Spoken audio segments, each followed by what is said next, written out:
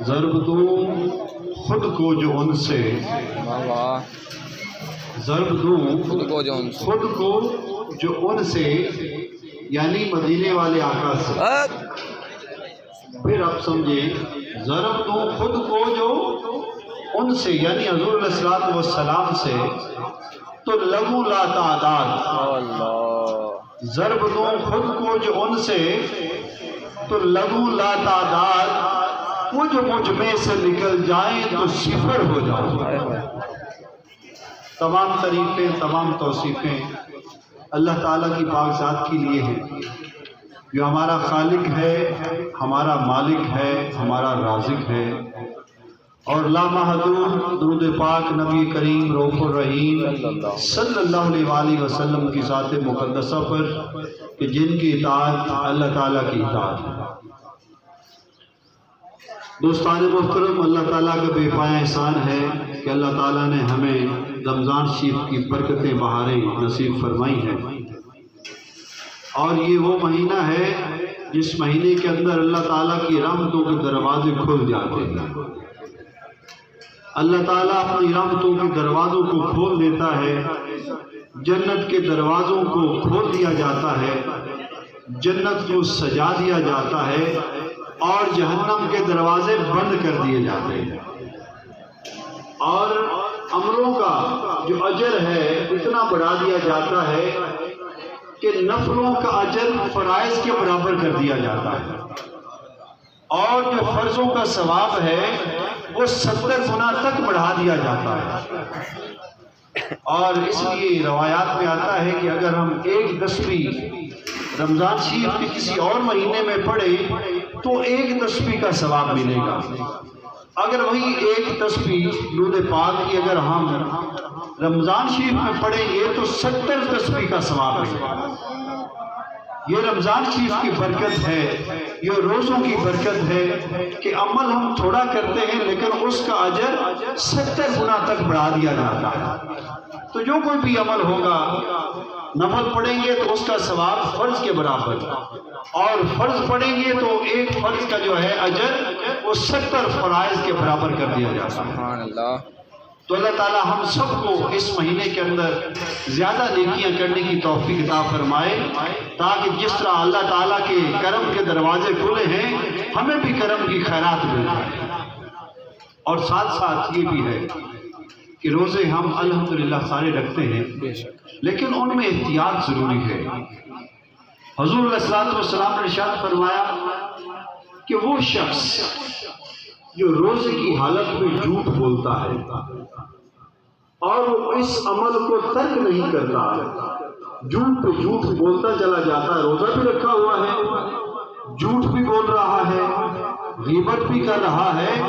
تو حضور نے فرمایا اللہ تعالیٰ کو اس کی کوئی ضرورت نہیں ہے کہ وہ کھانا پینا ترک کرے، یعنی کھانا پینا بھی چھوڑا، صبح سے شام بھوکے بھی رہے لیکن جھوٹ بولتے رہے، تو حضور نے فرمایا کہ اللہ تعالیٰ کو اس بندے کے بھوکے رہنے کی کوئی ضرورت نہیں ہے۔ گویا حضور نے یہ بھی ارشاد فرمایا بہت سارے روزے دار ایسے بھی ہیں کہ صبح سے شام بس وہ صرف بھوکے رہتے ہیں، بس اس کی وجہ کیا ہے کہ روزہ رکھا اور روزے کی حالت میں بھی گناہ کرتے رہے، روزہ رکھا لیکن جھوٹ نہیں چھوڑا، روزہ رکھا لیکن غیبت نہیں چھوڑی، روزہ رکھا لیکن بد نگاہی نہیں چھوڑی، روزہ رکھا لیکن گناہ نہیں چھوڑے، تو گویا وہ ایسا روزے دار ہے کہ وہ سے بھوکا پیاسا رہ رہا ہے، اس کے علاوہ کچھ نہیں ہے۔ تو مطلب یہ ہے کہ روزہ رکھنا ہے تو ہم نے جھوٹ بھی چھوڑنا ہے، جھوٹ نہیں بولنا، غیبت نہیں کرنی، چغل خوری نہیں کرنی، اور بد نگاہی نہیں کرنی، کسی کو تکلیف نہیں پہنچانی، تبھی تو وہ روزہ ہے۔ اور روزے اسی لیے آئے کہ ہماری تربیت کریں، کہ عام دنوں کے اندر ہم سارے سب کچھ کرتے رہتے ہیں، لیکن رمضان شریف کا مہینہ اللہ تعالیٰ نے ہمیں اس لیے عطا فرمایا کہ ہمارے اخلاق کی اصلاح ہو جائے، بری عادات ہم سے چھوٹ جائیں اور اچھی عادات ہماری زندگی کا حصہ بن جائیں۔ اس لیے تو روزے آئے کہ روزوں کی وجہ سے ہماری عادات اچھی ہو جائیں، ہمارے اخلاق سنور جائیں۔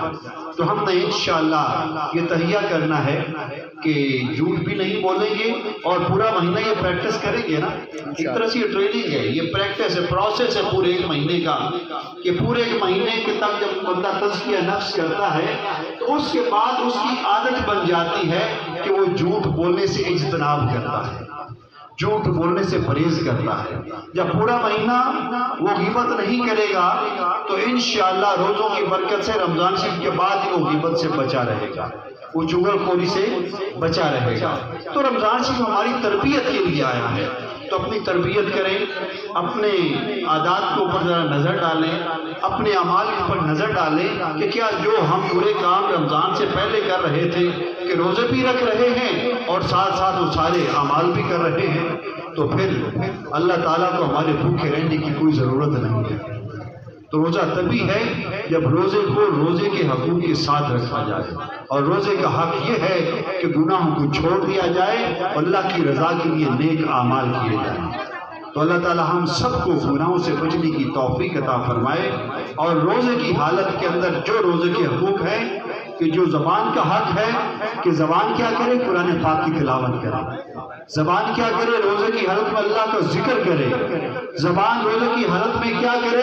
کہ وہ دودھ پاک کا جو ہے وہ تسبیح کرے، یہ زبان کا کام ہے۔ اسی طرح نگاہ کا کیا ہے کہ ہم بد نگاہی سے بچیں، ہم جو ہے وہ غلط نگاہ کی طرف اٹھے تو اس کو نیچا کر دیں۔ اسی طرح میرے دوستوں کانوں کا بھی روزہ ہوتا ہے کہ کانوں سے گانے بجانے نہیں سنیں، اور گانے بجانے بھی سن رہے ہیں اور روزہ بھی رکھا ہوا ہے، تو اس کا مطلب آپ نے کان کا روزہ تو چھوڑ دیا، کان کا روزہ تو گیا، بد نگاہی کی تو آنکھ کا روزہ گیا، اور بد کلامی کی، فحش کلامی کی تو زبان کا روزہ گیا۔ اس طرح روزے کے تو ہم نے روزہ لگنا کر دیا۔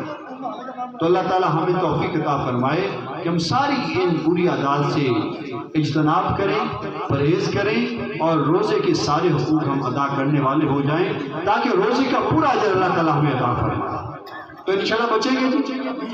جھوٹ سے بچیں گے، چغلی سے بچیں گے،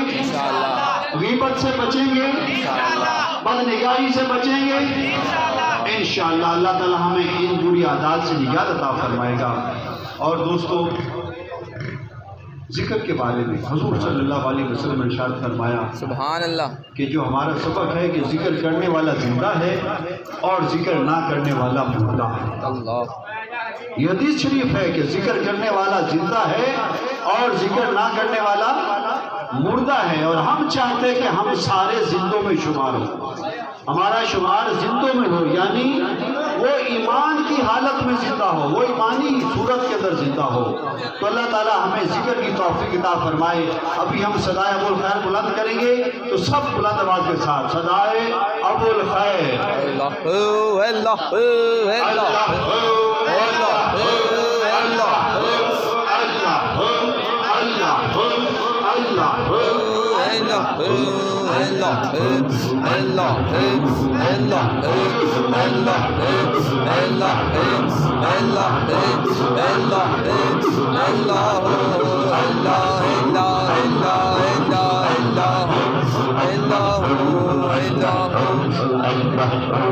اللہ جلالہ و جل شانہ و امن والہ ولا الہ غیرہ۔ اللہ تعالی ہمیں ذکر و فکر کے اوپر بھی استقامت نصیب فرمائے۔